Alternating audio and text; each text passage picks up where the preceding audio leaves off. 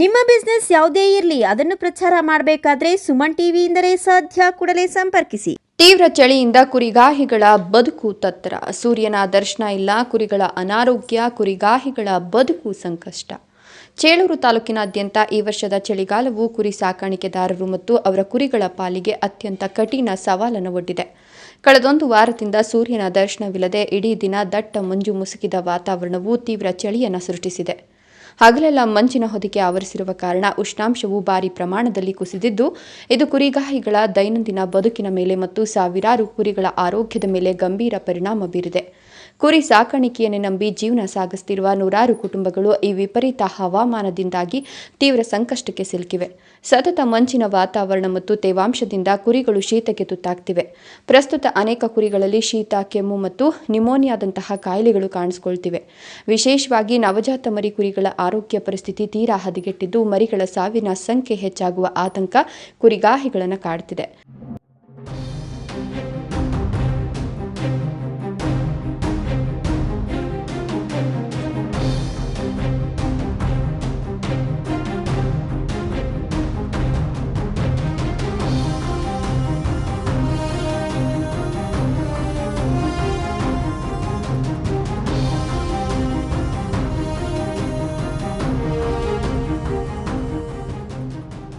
ವಾತಾವರಣದ ತಂಪಿನಿಂದಾಗಿ ಕುರಿಗಳು ಮೇವು ತಿನ್ನುವ ಪ್ರಮಾಣವನ್ನು ಕಡಿಮೆ ಮಾಡಿವೆ.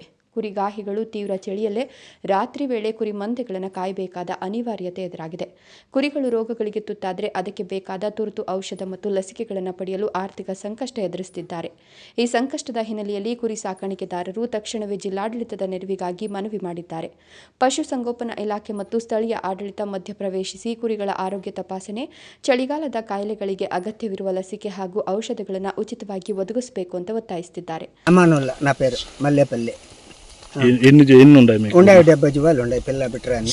ఏం ప్రాబ్లం ఏమైతుంది? అదే అమ్మ మాదిరిగా మొన్న ఒక 11 జీవాలు చచ్చిపోయినాయి పారేసినాను కూడా. మా ఊరోళ్ళు అందరికీ తెలుసు. కరెక్ట్, నిజమా మాట. మేము అడుగుతానేమో, పోతే డాక్టర్ మా చేతి చిక్కుతా ఉండలేదు. చిక్కింటే ఏమైనా చెప్పునేమో, ఎప్పుడో జువాలు టైం అయిపోయి వస్తారు, మేము ఏం చేసేక అయ్యల్లా.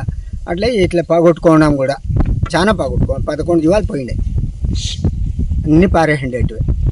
ಜಿಲ್ಲಾಡಳಿತವು ಈ ತೀವ್ರ ಚಳಿಯ ಪರಿಸ್ಥಿತಿಯನ್ನು ಗಂಭೀರವಾಗಿ ಪರಿಗಣಿಸಿ ಬಡ ಕುರಿಗಾಹಿಗಳ ಜಾನುವಾರುಗಳ ಸಂರಕ್ಷಣೆಗೆ ಸೂಕ್ತ ಪರಿಹಾರ ಕ್ರಮಗಳನ್ನು ತುರ್ತಾಗಿ ಕೈಗೊಳ್ಳುವುದು ಅತ್ಯಗತ್ಯವಾಗಿದೆ. Narendra K, Suman TV, Chelur.